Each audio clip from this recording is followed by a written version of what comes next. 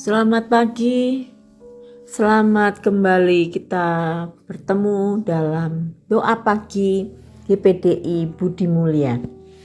Bapak Ibu terkasih, sebelum kita masuk dalam perenungan firman Tuhan, biarlah kita mau berdoa menghampiri Dia.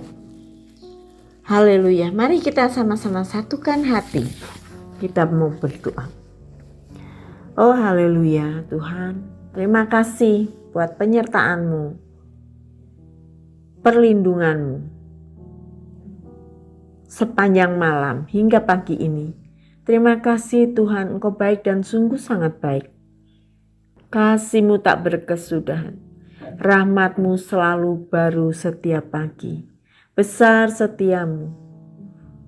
Terima kasih Tuhan, kami punya Allah yang luar biasa.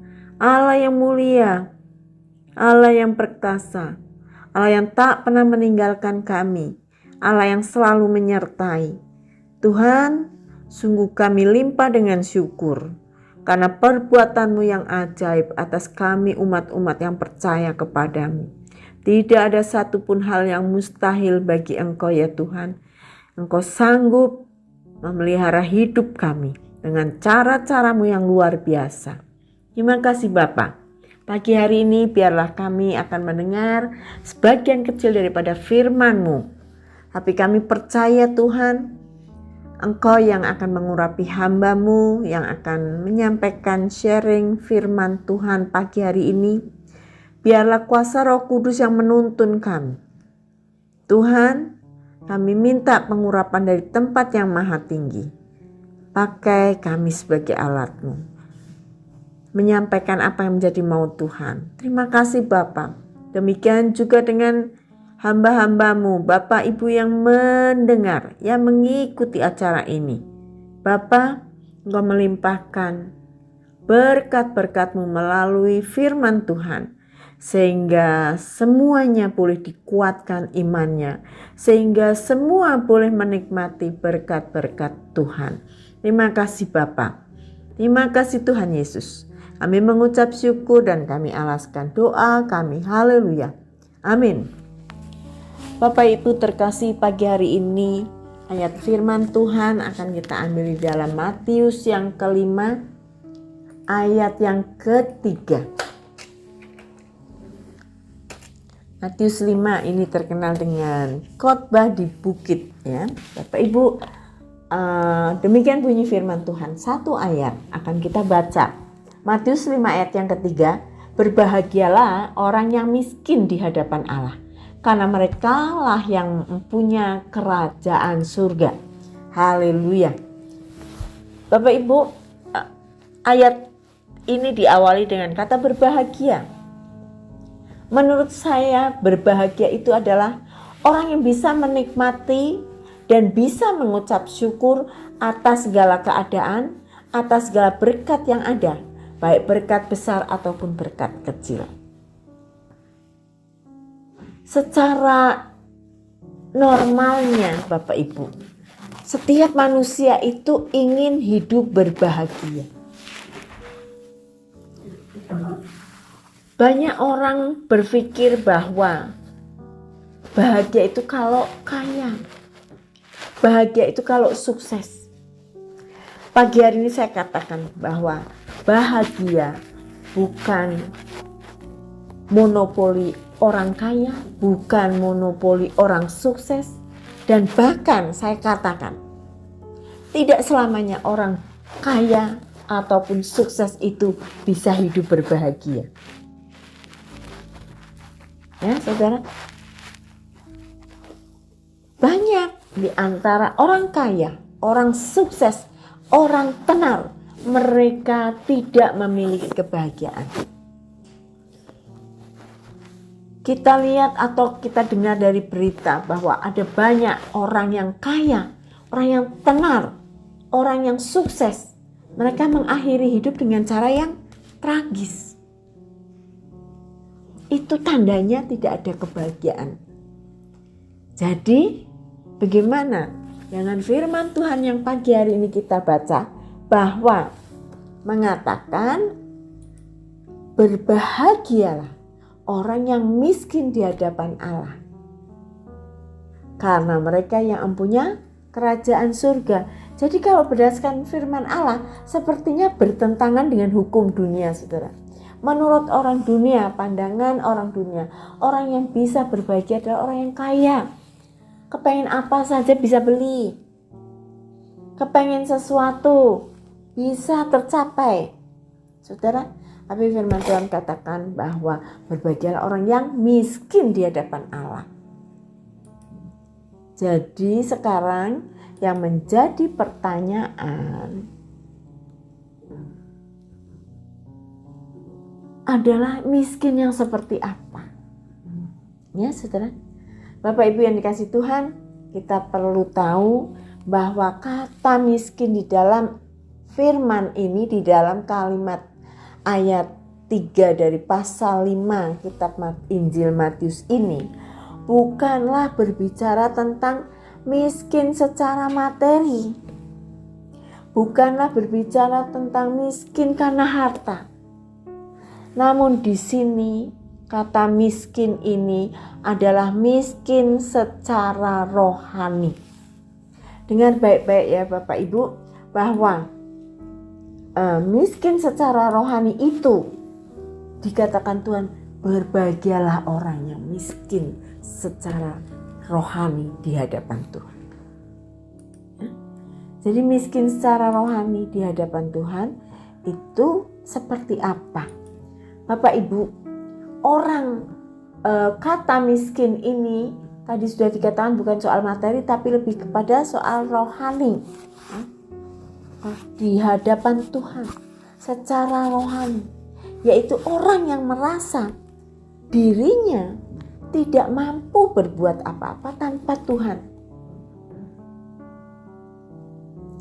Orang yang merasa bahwa hidupnya itu telanjang, tidak punya apa-apa, tidak berdaya, tidak mampu melakukan apapun tanpa Tuhan. Jadi orang ini pasti dia akan merendahkan dirinya di hadapan Tuhan. Orang ini akan merasa di hadapan Tuhan tidak ada artinya. Bahwa kehidupannya itu sangatlah tidak berarti di hadapan Tuhan. Maka orang-orang yang semacam ini akan selalu mencari Allah, akan selalu mencari penyertaan Tuhan, akan selalu mencari uluran tangan Tuhan supaya mampu, supaya dapat melakukan sesuatu, supaya dapat bertahan hidup, supaya dapat terus berjalan dalam kehidupan ini. Saudara, sepertinya bertolak belakang ya dengan hukum dunia. Kalau orang dunia bilang kau banyak hartanya apa saja bisa, karena jabatannya yang wah, dia bisa bertindak apa saja. Ini adalah orang yang sombong, orang dunia, orang yang hidup dalam kesombongan. Tapi orang-orang yang percaya, yang mencari Tuhan karena dia membutuhkan Tuhan, dia mencari Tuhan karena dia memerlukan pertolongan Tuhan, merasa dirinya tidak mampu, telanjang dan papa. Nah, itulah yang Tuhan maksudkan dengan kata miskin di hadapan Tuhan. Saudara, orang-orang semacam ini, orang-orang yang mencari Tuhan, orang yang selalu membutuhkan penyertaan Tuhan, orang yang merasa butuh uluran tangan Tuhan untuk dia berpaut. Ini, saudara, yang Tuhan maksudkan. Orang ini akan bisa menikmati kebahagiaan. Orang ini akan disebut sebagai berbahagia. Kita lihat satu contoh di dalam Alkitab ya saudara tentang kehidupan Abraham. Mari kita baca dalam kitab Kejadian pasal yang ke-12. Saya akan bacakan ayat 6, 7, dan 8. Abram berjalan melalui negeri itu sampai ke suatu tempat dekat Sikem, yakni pohon terbantin di More. Waktu itu orang Kanaan diam di negeri itu.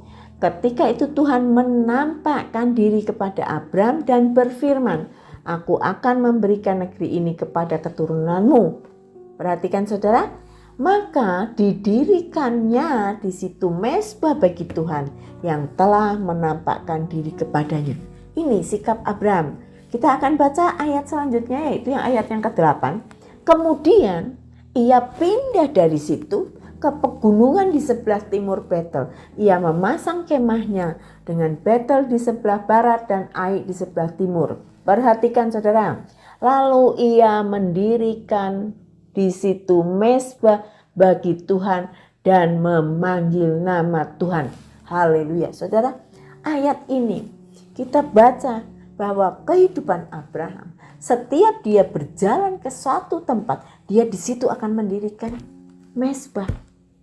Mezbah adalah tempat untuk dia mencari Tuhan, untuk dia bertemu dengan Tuhan, untuk dia bersekutu dengan Tuhan. Karena apa? Dia butuh, dia melangkah dari satu tempat pindah ke tempat lain. Dia pun di situ mendirikan mezbah bagi Tuhan. Dia memanggil nama Tuhan. Ini saudara. Jadi kemana Abraham melangkah, maka ia akan mendirikan mezbah. Karena dia mau di mezbah itu, dia akan bertemu dengan kekuatan Tuhan. Dia akan bertemu dengan Allah yang dia cari. Allah yang berkuasa, Allah yang sanggup, Allah yang memampukan, Allah yang sanggup memberkati. Ya saudara, banyak anak Tuhan cari Tuhan, pergi ke gereja kalau dia butuh, ada masalah. Begitu dia diberkati, begitu selesai persoalan masalahnya, dia lupa. Bye-bye Tuhan. Ya. Dia tidak lagi mencari Tuhan. Saudara, untuk yang seperti ini Tuhan tidak berkenan. Tuhan mau kita menjadi umatnya adalah mencari Tuhan, menyembah Tuhan. Dan satu contoh yang benar bahwa Abraham, kemanapun dia melangkah, kemanapun dia menuju suatu negeri, dia tetap di situ mendirikan mezbah. Banyak anak Tuhan aduh saya nggak ibadah deh, saya pergi, saya sedang keluar kota. Saudara, di luar kota juga ada gereja, ada rumah Tuhan. Tapi banyak orang nggak pergi karena dia merasa, oh ini di kota yang saya tidak kenal. Dulu zaman sekarang saudara mau cari gereja tinggal klik di HP ketemu, saudara bisa mencari Tuhan di situ. Oke saudara, pesan firman Tuhan pagi ini ya saudara, jadilah orang yang miskin di hadapan Tuhan, karena mereka adalah yang empunya kerajaan surga. Dan orang-orang seperti Abraham yang tadi saya katakan, dia akan mencari Tuhan dimanapun dia melangkah. Dia akan menjadi orang yang berkenan kepada Tuhan. Orang yang membutuhkan Tuhan akan selalu mencari Tuhan. Dia akan selalu mau dekat dengan Tuhan. Pemazmur mengatakan dalam pasal 62, kitab Mazmur pasal 62, hanya pada Allah saja kiranya aku tenang, sebab daripadanya lah harapanku. Hanya dialah gunung batuku dan keselamatanku, kota bentengku, aku tidak akan goyah. Orang yang mencari Tuhan, dia mau dekat dengan Allah, maka dia akan merasa ada harapan selalu dalam hidupnya. Dia punya perlindungan, dia punya gunung batu dan keselamatan, dia punya kota perlindungan. Dan dikatakan, aku tidak akan goyah. Haleluya. Orang yang menghadapi kehidupan, itulah orang yang bisa menikmati kebahagiaan. Ya, orang yang tenang menghadapi kehidupan, itulah orang yang menikmati kebahagiaan. Haleluya. Amin. Firman Tuhan cukup sampai di sini. Mari kita berdoa. Terima kasih Bapa. Dengan firman yang pendek, firman-Mu menguatkan kami. Biarlah kami, walaupun kami mungkin secara materi kami tidak kaya, tapi kami mau menjadi orang-orang yang terus mencari Engkau. Tuhan, biarlah kami tidak mengandalkan harta kekayaan kami, tapi kami mau Tuhan senantiasa berpaut kepadamu. Karena Engkau Allah yang kuat, sehingga kami akan berharap kepadamu dalam segala keadaan. Kami mau belajar hidup senantiasa dekat dengan Engkau, mencari Engkau, karena kami tidak dapat berbuat apa-apa tanpa Engkau. Terima kasih Bapa. Terima kasih Tuhan Yesus, kami mengucap syukur. Haleluya. Amin.